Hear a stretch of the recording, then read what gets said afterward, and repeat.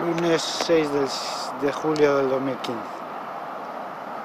Son las 9 menos cuarto de la tarde y estoy en Cannes, Porriño.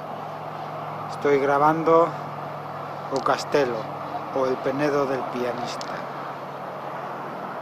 en Cannes, Porriño.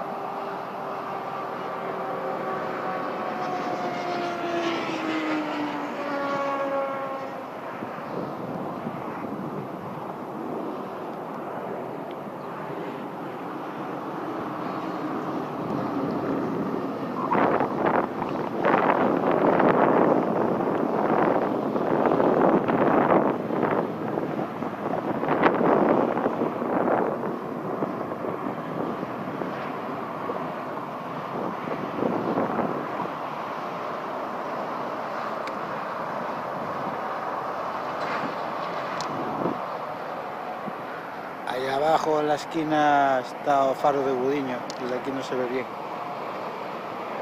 Desde ahí arriba se vería.